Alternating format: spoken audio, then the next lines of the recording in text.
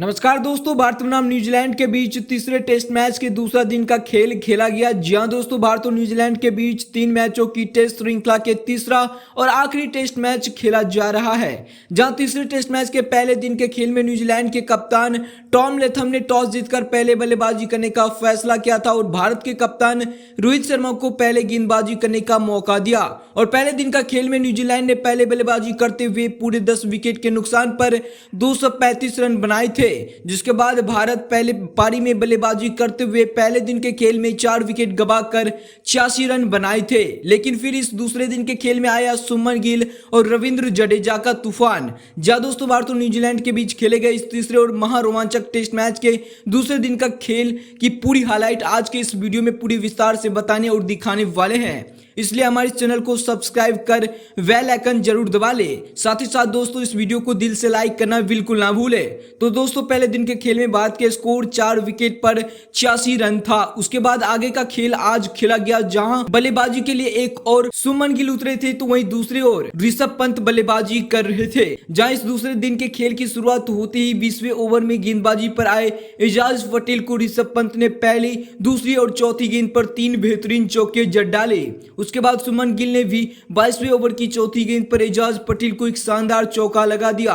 New Zealand की ओर से इस दूसरे दिन के खेल में एजाज पटेल अपनी गेंदबाजी में वो छाप नहीं छोड़ पा रहे थे जो उसने पहले दिन के खेल में छोड़ा था। उसके बाद ऋषभ पंत ने फिर 24वें ओवर की पहली गेंद पर एजाज पटेल को एक और चौका जड़ दिया।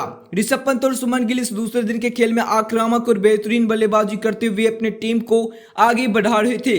उसके बाद 26वें ओवर की तीसरी गेंद पर एजाज पटेल को एक शानदार छक्का लगा दिया ऋषभ पंत ने।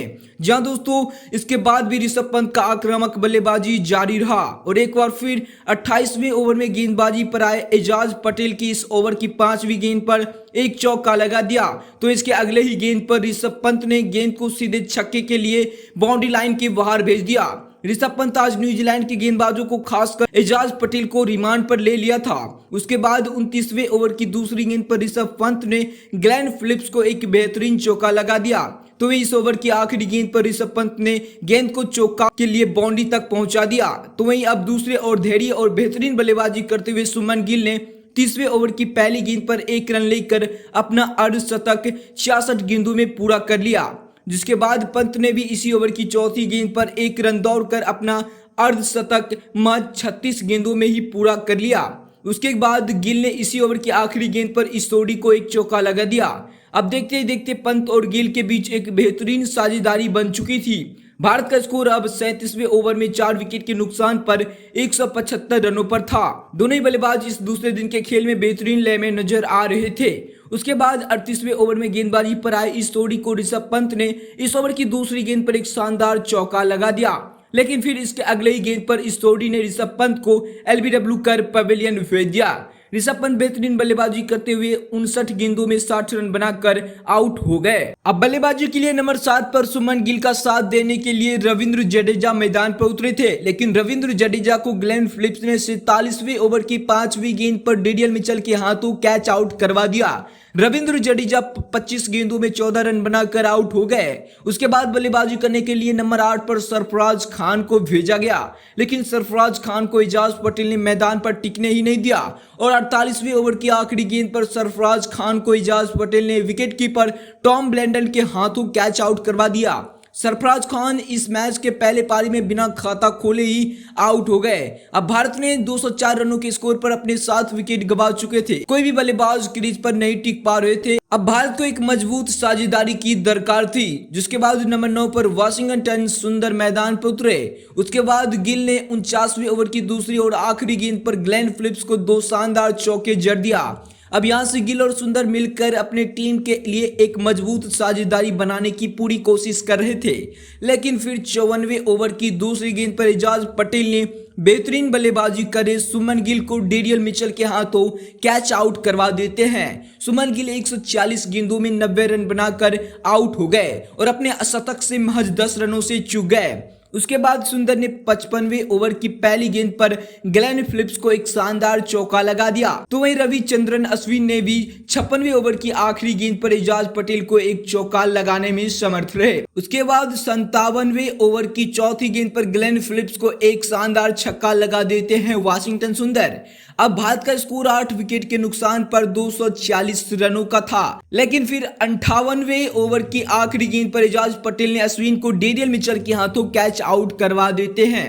अश्विन 13 गेंदों में 6 रन बनाकर आउट हो जाते हैं। उसके बाद 59वें ओवर में गेंदबाजी पर इस सोडी की इस ओवर की चौथी गेंद पर वाशिंगटन सुंदर एक शानदार चौका जड़ देते हैं। तो वहीं 5वीं गेंद पर गेंद को बाउंड्री के उस पार भेज एक जोरदार छक्का लगा देते हैं वाशिंगटन सुंदर। उसके बाद वाशिंगटन सुंदर ने इसके अगले ही ओवर की दूसरी गेंद पर एजाज पटेल को एक और चौका लगा देते हैं, लेकिन फिर इसी 60वें ओवर की चौथी गेंद पर आकाशदीप रन आउट हो जाते हैं, जिसके बाद भारत अपने पूरे 10 विकेट गंवाकर इस पहली पारी में 263 रन बना पाते हैं, जिस वजह से 28 रनों का लीड भी भारत ले लेते हैं। तो ये न्यूजीलैंड की ओर से गेंदबाजी में एजाज पटेल ने सबसे ज्यादा 5 विकेट लिए। तो इनके अलावा इसोडी, ग्लेन फिलिप्स और मैट हेनरी को एक एक विकेट ही क्रमश मिले।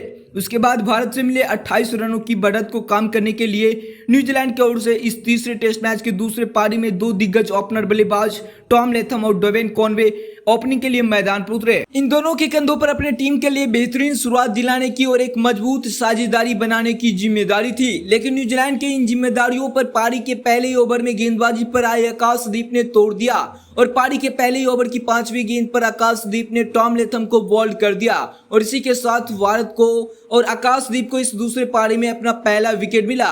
टॉम लेथम 4 गेंदों में महज 1 रन ही बना सके और पवेलियन लौट गए। टॉम लेथम के आउट होने के बाद अब नंबर 3 पर बल्लेबाजी के लिए विल यंग मैदान पर उतरे थे। उसके बाद डेवेन कॉनवे ने तीसरे ओवर की दूसरी गेंद पर एक शानदार चौका लगा देते हैं आकाशदीप को। जी हां दोस्तों, उसके बाद कॉनवे ने एक और बेहतरीन चौका 8वें ओवर की 5वीं गेंद पर अश्विन को लगा दिया। अब न्यूजीलैंड का स्कोर 10 ओवरों की समाप्ति पर 28 रनों पर 1 विकेट था, लेकिन फिर 13वें ओवर की 5वीं गेंद पर वाशिंगटन सुंदर ने डेवेन कॉनवे को सुमन गिल के हाथों कैच आउट करवा देते हैं। डेवेन कॉनवे 47 गेंदों में 22 रन बनाकर आउट हो गए। उसके बाद बल्लेबाजी के लिए नंबर 4 पर रचिन रविंद्र उतरते हैं और रचिन रविंद्र ने आते ही 14वें ओवर की 5वीं गेंद पर अश्विन को एक चौका लगा दिया।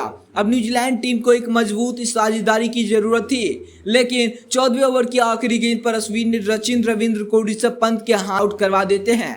रचिन रविंद्र 3 गेंदों में महज 4 रन बनाकर आउट हो गए। इसके बाद नंबर 5 पर डेरियल मिचेल बल्लेबाजी करने के लिए मैदान पर उतरते हैं। उसके बाद डेरियल मिचेल ने 18वें ओवर की चौथी गेंद पर अश्विन को एक शानदार छक्का लगा दिया।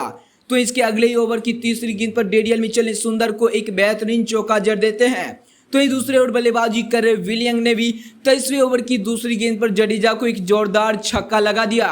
देखते ही देखते दोनों बल्लेबाजों के बीच एक साझेदारी पनपना शुरू हो गया था, लेकिन 28वें ओवर की 5वीं गेंद पर जडेजा ने डेरियल मिचेल को अश्विन के हाथों कैच आउट कर दिया। तो इसके अलावा टिम ब्लेंडर ने 4 रन, ग्लेन फिलिप्स ने 26 रन, इसोडी ने 8 रन, मैट हेनरी ने 10 रन और न्यूजीलैंड की ओर से इस पारी में सबसे ज्यादा विल यंग ने 51 रनों का योगदान दिया।